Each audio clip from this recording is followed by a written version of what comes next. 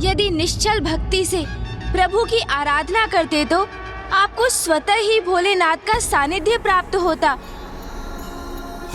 और स्वयं को सुरक्षित रखने हेतु और आपको प्रभु के आत्मलिंग की आवश्यकता ही नहीं होती। प्रभु के छठे अवतार थे प्रभु शरद, जिन्होंने ये सीख दी कि विजय प्राप्ति के उपरांत अहंकार के वश में आकर स्वयं पर नियंत्रण नहीं खोना चाहिए। किंतु आपने तो प्रभु के आत्मलिंग को प्राप्त करने पर भी अपने अहंकार से मुक्त नहीं हुए और प्रभु महादेव से कैलाश का ही त्याग करवाने का संकल्प ले लिया। तो मैंने क्या बुरा किया गौरी पुत्र?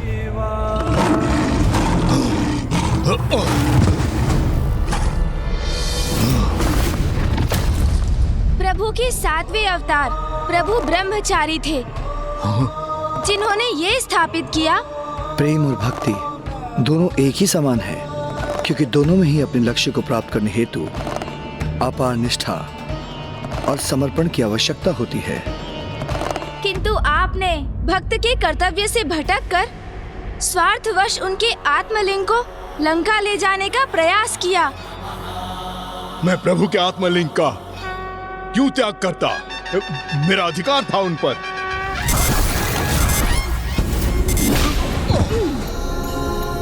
अधिकार? कैसा अधिकार लंकेश? कदाचित आपको प्रभु के 8वें अवतार प्रभु सुनट नर्तक की कथा से प्राप्त सीख का स्मरण नहीं हुआ? भले ही मैं तुम्हें याद नहीं लौटा रहा हूँ, तो अधिक समय तक इसे अपने पास नहीं रख सकोगे। समय आने पर ये अपने उचित स्थान पर लौट जाएंगे। जो तुम्हारा है ही नहीं, वो तुम्हारा कैसे हो सकता है? किंतु आपने तो समस्त मर्यादाओं का ही परित्याग कर दिया।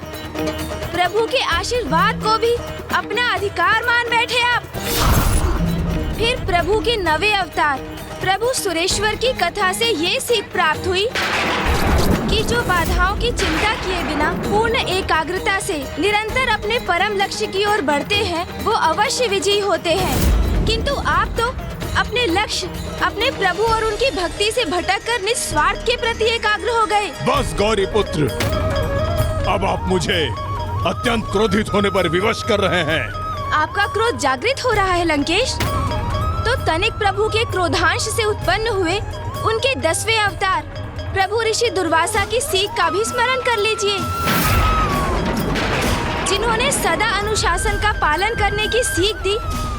किंतु आप ही भक्ति का अनुशासन भूल गए। निश्चल भक्ति से छल का समावेश होने दिया आपने। छल नहीं, मेरी भक्ति थी गौरी पुत्र, प्रभु की सर्वोच्च भक्ति, महान भक्ति।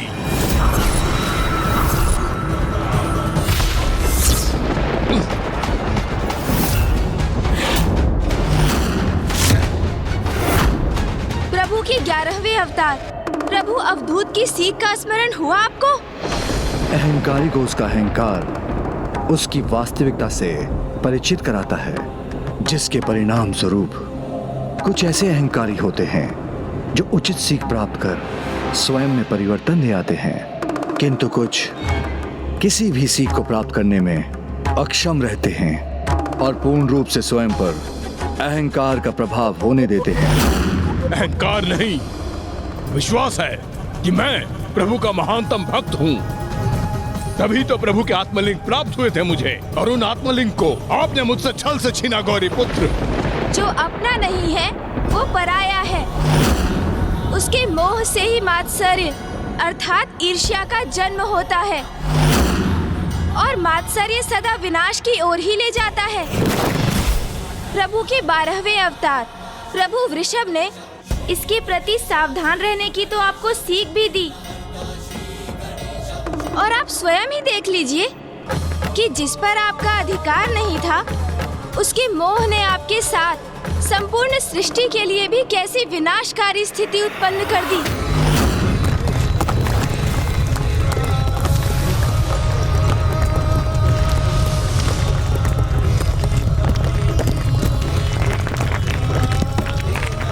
प्रभु के आत्मलिंग पर आए नहीं, मेरे हैं वो।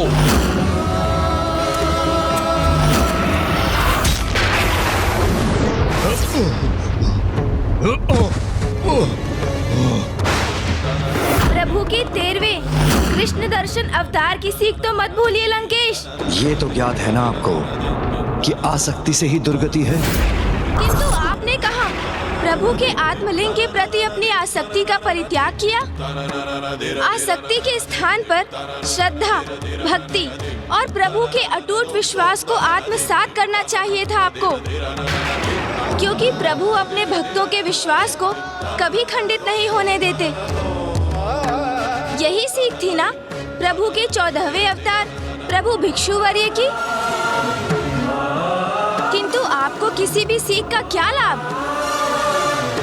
क्योंकि आपको तो एकमात्र अपनी शक्ति में ही विश्वास है लंकेश।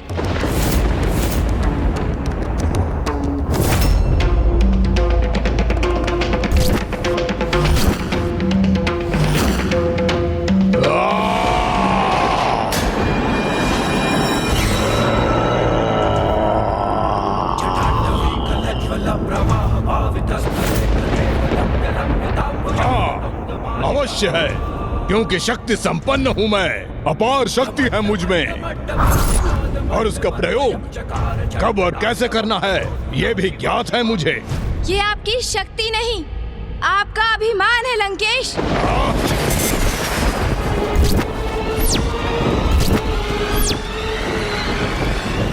चंद्रहास? ये क्या? दशानन ने तो महादेव द्वारा दिए गए चंद्रहास को ही उनके पुत्र के समक्ष प्रकट कर लिया। नहीं लंकेश, अब और भूल मत कीजिए।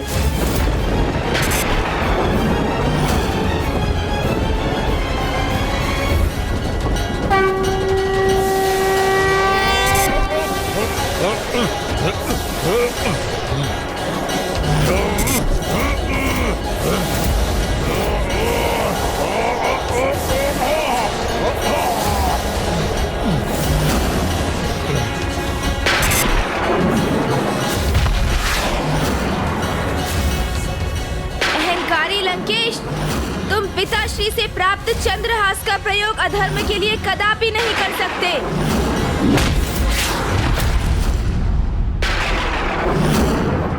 प्रभु के 15वें अवतार प्रभु यक्ष की सीख का स्मरण कीजिए। सदा स्मरण रखना, मात्र ज्ञान अथवा सीख देने से पुण्य प्राप्त नहीं होता, स्वयं उस सीख का पालन करना भी अति आवश्यक है। किंतु आपने अपने अभिमान को अपने आचरण का अभिन्न अंग बना रखा है, और आपने प्रभु के 16वें अवतार प्रभु यतिनाथ की जो कथा अंत में सुनाई थी, उनसे यही सीख प्राप्त होती है कि अतिथि देवो भवः, अर्थात अतिथि ही भगवान के स्वरूप होते हैं। किंतु आपने तो प्रभु को अतिथि के स्थान पर बंदी बनाकर लंका में स्थित करने का लक्ष्य निर्धारित किया हुआ था। अपने ही आराध्य के साथ छलावा कर उन्हें विवश करते हैं आप, फिर इसका दंभ भी करते हैं कि आप उनके महानतम भक्त हैं। आप जैसे मिथ्या भक्ति करने वालों को ही भक्ति का वास्तविक मर्म सिखाने हेतु प्रभु महादेव अपना अगला अवतार लेने वाले हैं। नहीं। आप क्या समझ रहे थे? मुझे प्रभु के अवतारों का ज्ञान नहीं? नहीं।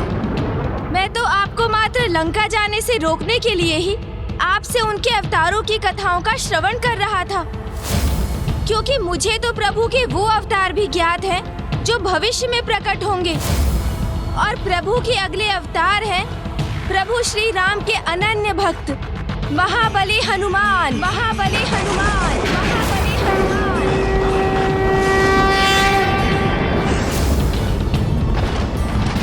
वो महाभक्त प्रभु हनुमान जो अपने वक्ष में अपने आराध्य को धारण कर हमें ये सीख प्रदान करने वाले हैं कि भक्त के कण कण में प्रभु का वास होता है, और जो भक्त अपने शरीर को ही प्रभु का मंदिर मान लेते हैं वो तो स्वयं भगवान बन जाते हैं। कदाचित उनकी भक्ति देखकर आपको निश्चल भक्ति का महत्व समझ में आएगा, और फिर प्रभु द्वापर युग में काल, क्रोध और यम के अंश अर्थात गुरु द्रोणाचार्य के पुत्र महायोद्धा अश्वत्थामा के रूप में अवतार लेकर जगत को ये सीख देंगे कि प्रतिशोध की भावना से व्यक्ति दूसरे का ही नहीं, स्वयं अपना भी विनाश निर्धारित कर लेता है। और प्रभु के 19वें अवतार होंगे प्रभु किरात, जो एक बनवासी के रूप में धर्मपरायण योद्धा पांडु पुत्र अर्जुन की परीक्षा लेने के उपरांत उन्हें पशुपति अस्त्र प्रदान करेंगे और संसार को ये सीख देंगे कि वास्तविक योद्धा वो होता है जो अपने पराक्रम से युद्ध भूमि में विजय तो प्राप्त करता ही है, प्रभु के हृदय में भी अपना स्थान बनाने में सफल होता है। और एक परम भक्त योद्धा का आचरण आपके सर्वथा विपरीत होता है, क्योंकि आपने तो तपस्या के माध्यम से भी अपनी स्वार्थ की पूर्ति हेतु अपने भगवान से भी छल किया।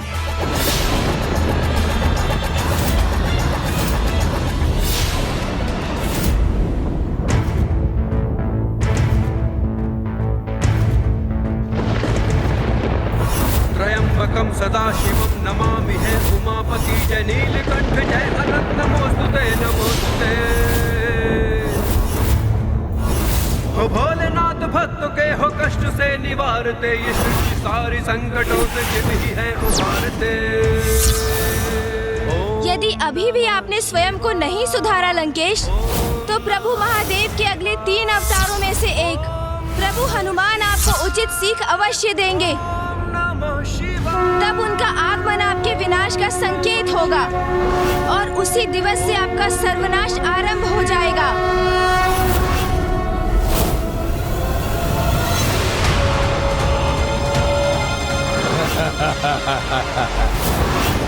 ये सब कहकर आप मुझे भयभीत कर रहे हैं गौरी पुत्र, किंतु ऐसा कुछ भी नहीं होगा, क्योंकि कोई भी शक्ति, कोई भी अवतार मुझे लंकेश रावण को कोई क्षति नहीं पहुंचा सकता।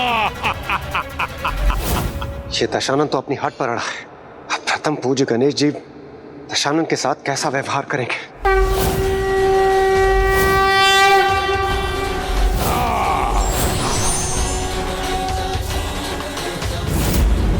मैं तो आपको सुधरने का एक अंतिम अवसर प्रदान कर रहा था लंकेश।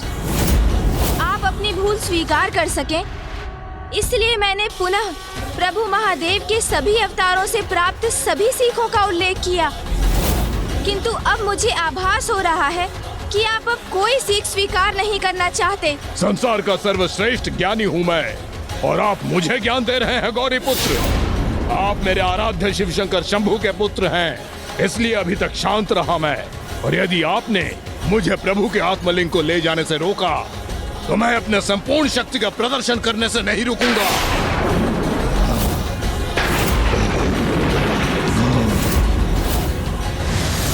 ये लंकेश तो सुधरने के स्थान पर पुनः अपने विनाश को आमंत्रित कर रहा है। सर्वश्रेष्ठ ज्ञानी के लिए भी ये कथन सर्वथा उपयुक्त है।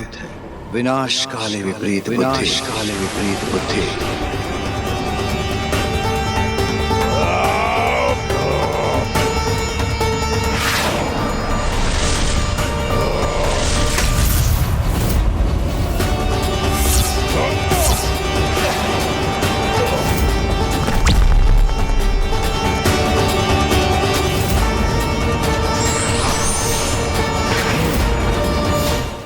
सीख प्राप्त कर स्वयं को सुधारने में असमर्थ हो, उसे तो मात्र दंडित ही किया जा सकता है। अब आप अपनी मृत्यु के लिए तैयार हो जाइए लंकेश।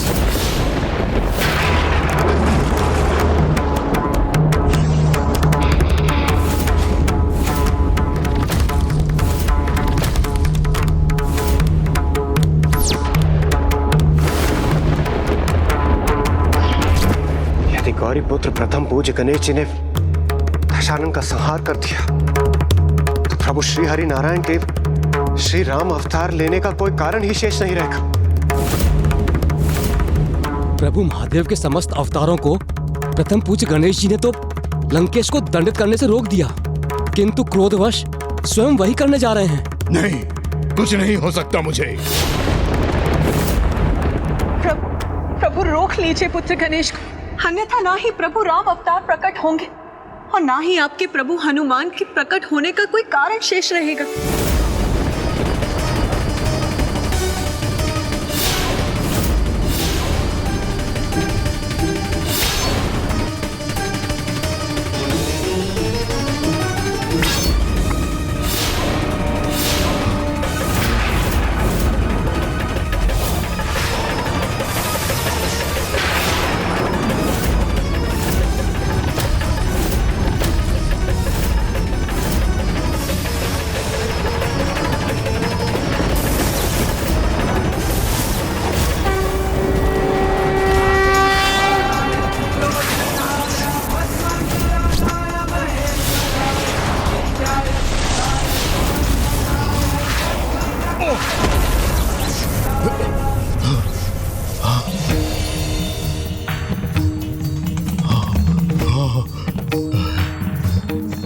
मुझे ज्ञात था मेरे प्रभु शिव शंकर शंभु अवश्य मेरी रक्षा करेंगे। पिताश्री ने अपने त्रिशूल से मेरे वार को क्यों निरस्त कर दिया?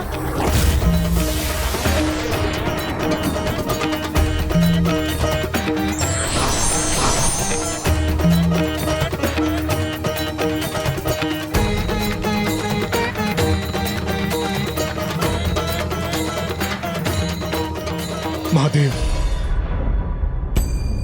पुत्र, लंकेश रावण को उसके अपराध का दंड प्राप्त हो चुका है। वो आत्मलिंग खो चुका है और यहीं से उसके पापों की गागर बिफरनी आरंभ हो चुकी है। किंतु हमें अभी भी उसे एक भूल सुधारने का अवसर प्रदान करना चाहिए। जैसी आपकी आज्ञा पिताश्री।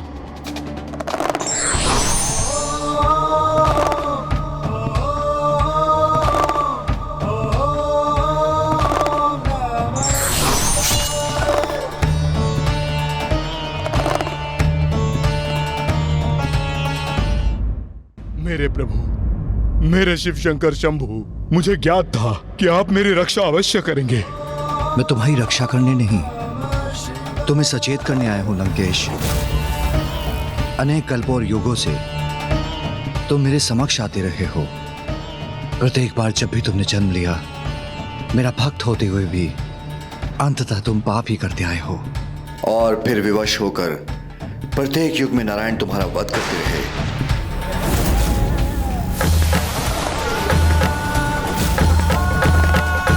प्रत्येक जन्म में तुमसे एक ही आशा रही है कि इस जन्म में तुम अवश्य सुधर जाओगे, किंतु तुमने मुझे सदा निराश ही किया है लंकेश।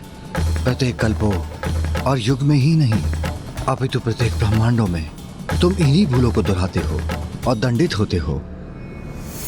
धर्म अधर्म का भेद का ज्ञान होते हुए भी प्रत्येक रावण अधर्म ही करता है। मुझे क्षमा करें प्रभु, किंतु इस बार मैं अवश्य सुधर जाऊंगा। प्रभु, आपने यह अवसर प्रदान किया है मुझे, इसका लाभ अवश्य उठाऊंगा मैं।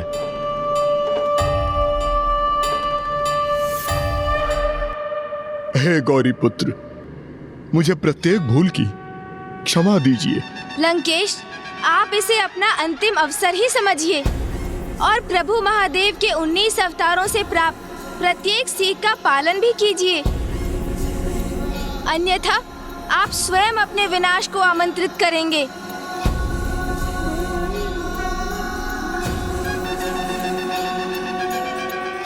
प्रभु, आपकी कृपा हेतु लंकेश रावण का कोटि कोटि धन्यवाद। आपसे क्षमा पाकर मैं धन्य हो गया प्रभु।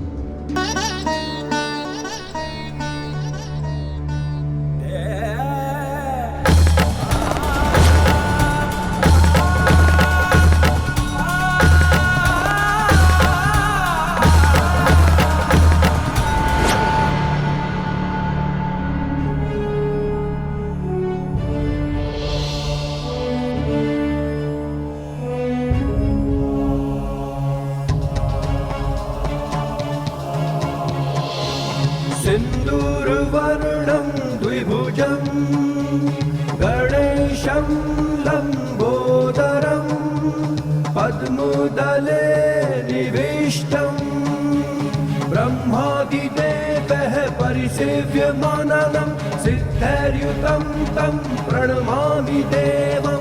सिन्दूरवर्णं द्विभुजं गणेशं लम्बोदरं पद्मदले निविष्टं ब्रह्मादिदेवः परिसेव्यमानं सिद्धैर्युतं तं प्रणमामि देवं।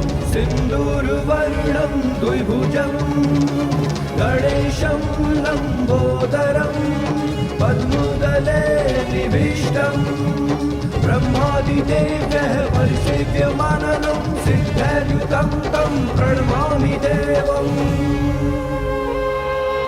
गौरी पुत्र प्रथम पूज्य गणेश जी की जय। गौरी पुत्र प्रथम पूज्य गणेश जी की जय। गौरी पुत्र प्रथम पूज्य गणेश जी की जय। विघ्नहर्ता प्रथम पूज्य गणेश जी की जय। तो फिर मैं इसे भूमि पर ही स्थित कर दूंगा। उचित है, यदि मैं तब तक नहीं आया तो यही कहीं स्थित कर देना। उचित है, तो आप 5 घड़ियों में लौट आइए। हाँ। अन्यथा मैं इन्हें यहीं कहीं स्थित करने पर विवश हो जाऊंगा। ये स्वीकार है ना आपको? हाँ हाँ स्वीकार है, किंतु ऐसा कदापि नहीं होगा। उससे पूर्व ही मैं लौट आऊंगा।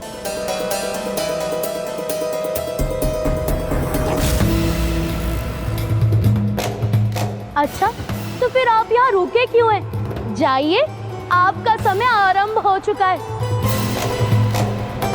ओम नमः शिवाय, ओम नमः शिवाय।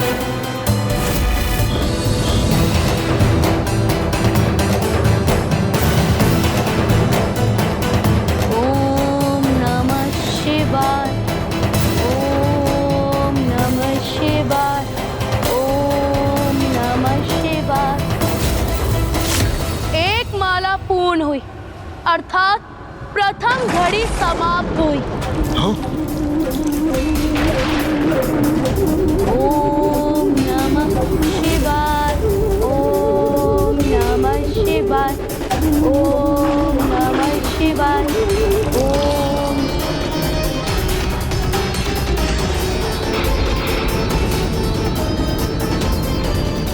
दूसरी माला के जाप के साथ दूसरी घड़ी भी समाप्त हुई। मुझे शीघ्रता करनी होगी। लघु शंका के पश्चात मुझे स्नान कर संध्या वंदन भी तो करना है।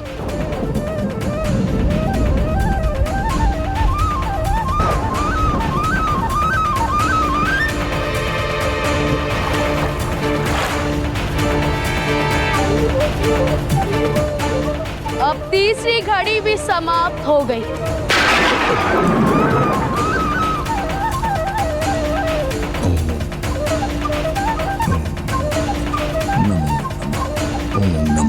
चौथी माला के जाप के साथ चौथी घड़ी भी समाप्त हो गई। अब मैं अपने अंतिम माला का जाप आरंभ करता हूँ। नमो नमः, ओम नमो नमः, नमो नमः, नमो नमः, नमो नमः, नमो नमः।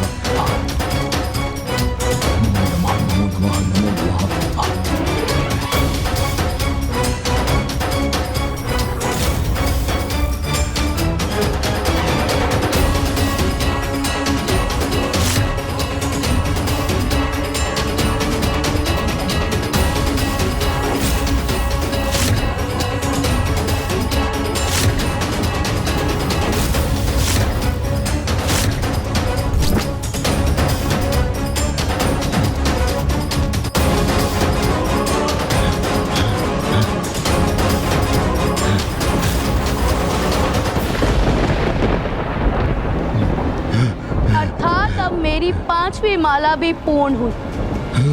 अब 5 घड़ियों का समय समाप्त हुआ। नहीं, हाँ। नहीं बालक, मैं आ रहा हूँ। आत्मलिंग को भूमि पर स्थित मत करना।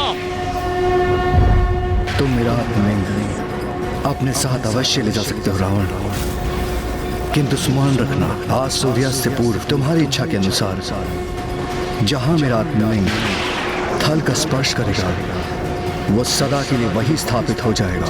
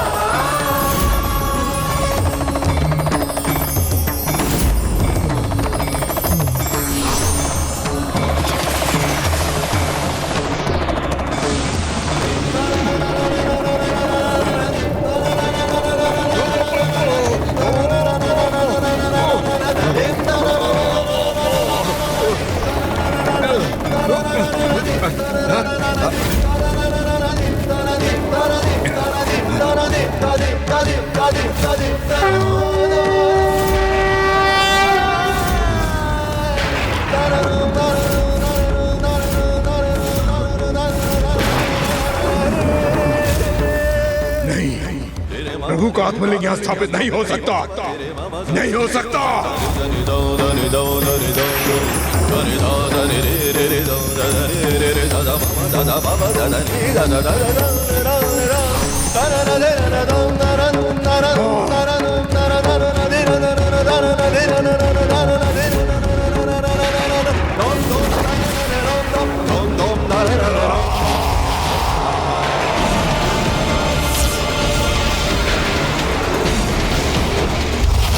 पुत्र जाओ, जाकर प्रभु महादेव का आत्मलिंग लेकर आओ। इस बार मैं प्रभु महादेव को अपने साथ लेके ही लौटूंगा, अन्यथा आपको कभी अपना मुख नहीं दिखाऊंगा मैं।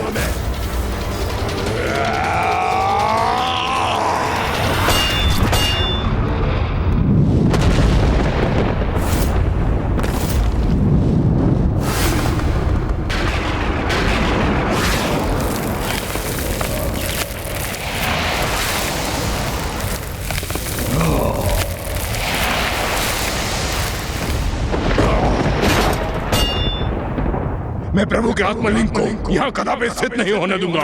अपने साथ लंका ले जाकर ही रहूंगा।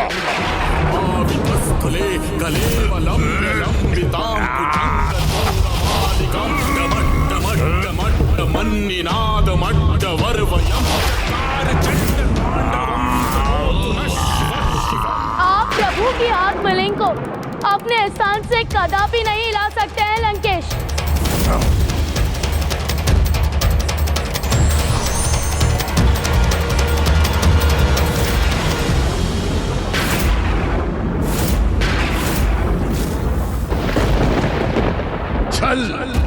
छल हुआ है मेरे साथ। दशानन, जल ग्रहण कीजिए, जल ग्रहण कीजिए, जल ग्रहण कीजिए, आप जल ग्रहण कीजिए, आप जल ग्रहण कीजिए। जितना जल ग्रहण कर सकते हैं कर लीजिए। गौरी पुत्र, आप मुझे छलने के लिए मेरे साथ बने रहे। नहीं लंकेश, मैं इस संपूर्ण समय आपके साथ इसलिए था जिससे आप आत्मलिंग को लंका ले जाने की भूल ना करें। अन्यथा आपको दिए वचन के अनुसार प्रभु महादेव अपना निवास परिवर्तित करने पर विवश हो जाते, जिसका एकमात्र परिणाम होता प्रलय। नहीं गौरी पुत्र, भूल तो आपसे हो रही है, क्योंकि प्रलय तो अब आएगा जब कोई भी मुझे इन प्रभु के आत्मलिंग को लंका ले जाने से रोकेगा।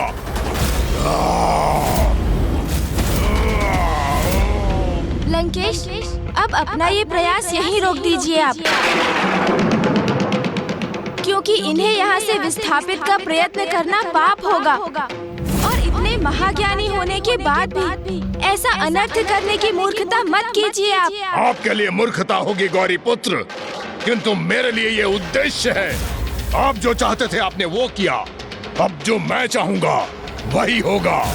उसमें आपका कोई भी हस्तक्षेप स्वीकार नहीं करूंगा।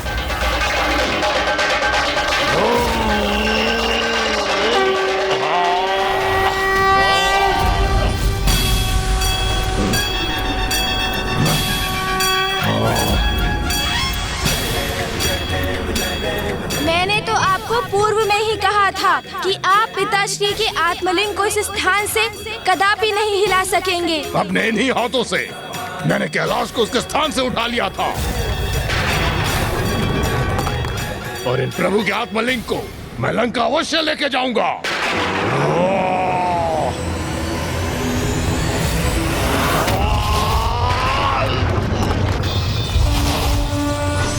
वहीं रुक जाइए लंकेश, क्योंकि जो कुछ भी हुआ प्रभु महादेव की इच्छा से ही हुआ, इसलिए उनकी इच्छा के विरुद्ध जाने का दुस्साहस मत कीजिए आप। अन्यथा जो आप करने जा रहे हैं उसका दुष्परिणाम भुगतना होगा आपको। नहीं, अब कोई नहीं रोक सकता मुझे, ना ही आपका छल तो ना ही आपको भयभीत करने का प्रयास।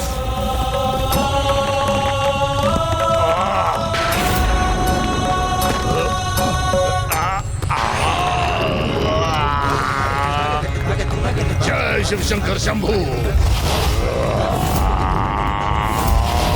लंकेश, आप जो कर रहे हैं सर्वथा अनुचित है वो, उन सभी सीखों के विपरीत जा रहे हैं आप, जिनका उल्लेख आपने प्रभु शिव के अवतारों की कथाओं में स्वयं किया था लंकेश।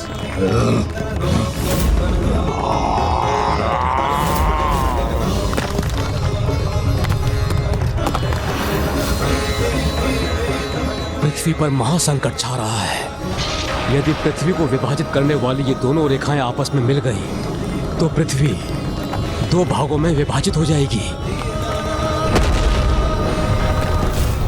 ऐसा कदापि नहीं होना चाहिए। हमें इसे कैसे भी रोकना होगा।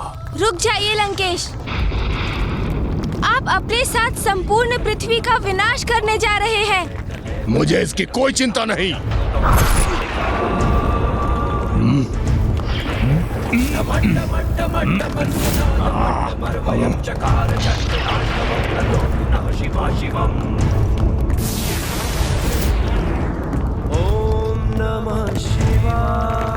लंकेश ने तो जैसे निश्चय ही कर लिया है कि वो अपनी हट में पृथ्वी का विनाश ही कर देगा।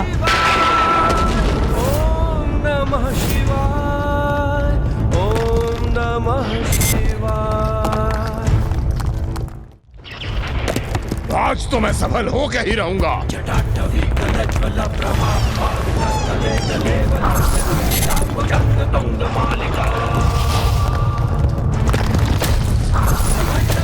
लंकेश, अब मैं आपको अंतिम चेतावनी दे रहा हूँ, रुक जाइए।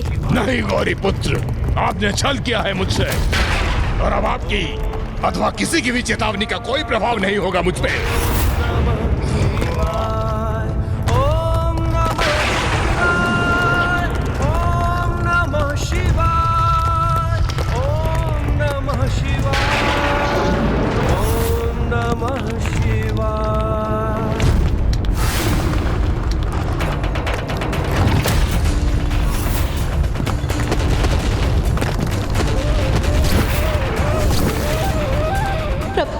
प्रभु भूदेवी संकट में है, सृष्टि विनाश के निकट है। प्रभु, आपका अहंकारी और हठी भक्त धरती को ही संकट में डाल रहा है। प्रभु,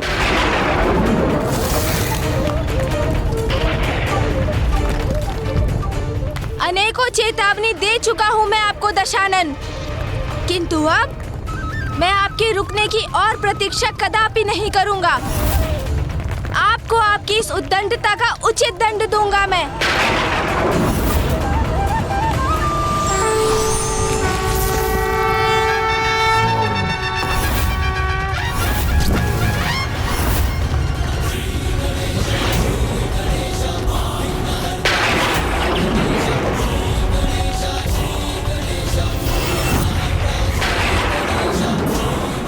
हम पूज्य गणेश जी ने विराट रूप धारण कर लिया है।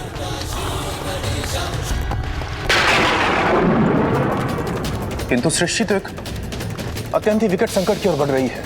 लंकेश, रावण ने कितनी अनिष्टकारी परिस्थिति उत्पन्न कर दी है और अभी भी वो रुकने के लिए तैयार नहीं है।